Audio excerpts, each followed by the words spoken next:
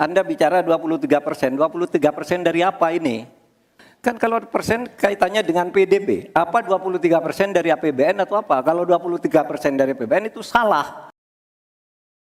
Baik, terima kasih moderator. Anda mengingatkan agar kembali ke tema debat. Karena tadi pertanyaannya itu carbon capture itu nanti debat keempat tanggal 21 Januari. Tapi saya tahu itu kan untuk menghindari tidak adanya regulasi sekarang ini agar tidak lagi terjadi penggundulan karena food estate seperti yang terjadi. Saya sekarang mau bertanya dalam topik ini. Di dalam visi dan misi Anda disebut kalau rasio pajak dinaikkan menjadi 23%. Dalam simulasi kami, angka itu hampir tidak masuk akal. Karena pertumbuhan ekonomi bisa 10. Padahal selama ini pertumbuhan ekonomi 5-6 gitu. Itu kalau Anda bisa menaikkan rasio pajak sampai segitu bisa 10%. Lalu bagaimana Anda mau menaikkan pajak? Orang mau insentif pajak aja orang tidak ngambil. Terima kasih. Assalamualaikum warahmatullahi wabarakatuh. Waalaikumsalam warahmatullahi wabarakatuh. Silakan cawapres nomor urut 2 untuk menjawab, waktu Anda 2 menit. Prof. Mahfud, yang namanya menaikkan rasio pajak dan menaikkan pajak itu beda.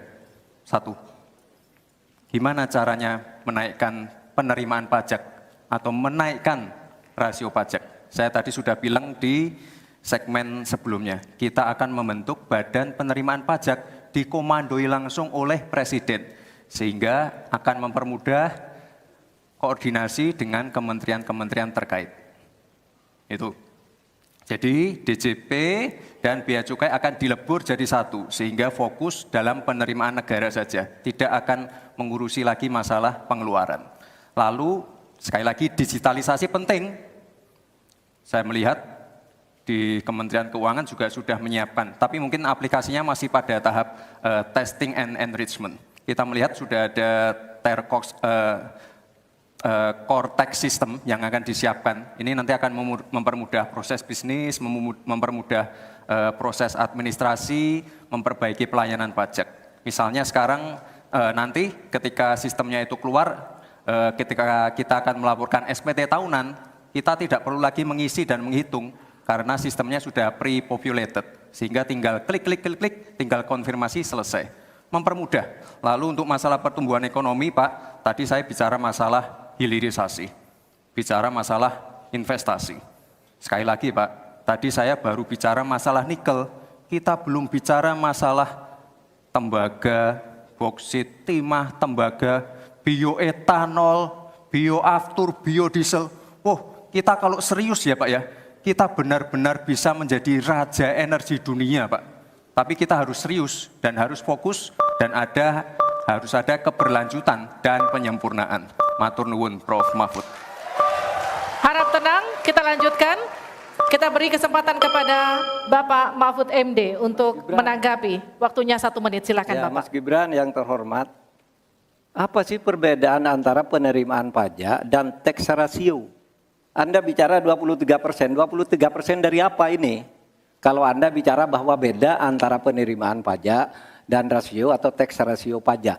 Kan kalau persen kaitannya dengan PDB, apa 23% dari APBN atau apa? Kalau 23% dari APBN itu salah. Karena sekarang aja sudah 82%, dengan tax rasio sekarang hanya 10,5, sumbangan terhadap APBN itu 20%. Saya ingin tanya, 23% itu dari apa? 23% dari PDB atau dari APBN atau apa untuk menaikkan pajak? Hati-hati loh. Rakyat itu sensitif kalau pajak dinaikkan. Karena kita sudah berkali-kali nawarkan teks amnesti juga tidak jelas hasilnya. Kemudian teks pajak itu, insentif pajak sudah ditawarkan oleh pemerintah. Benar tidak Pak yang mau?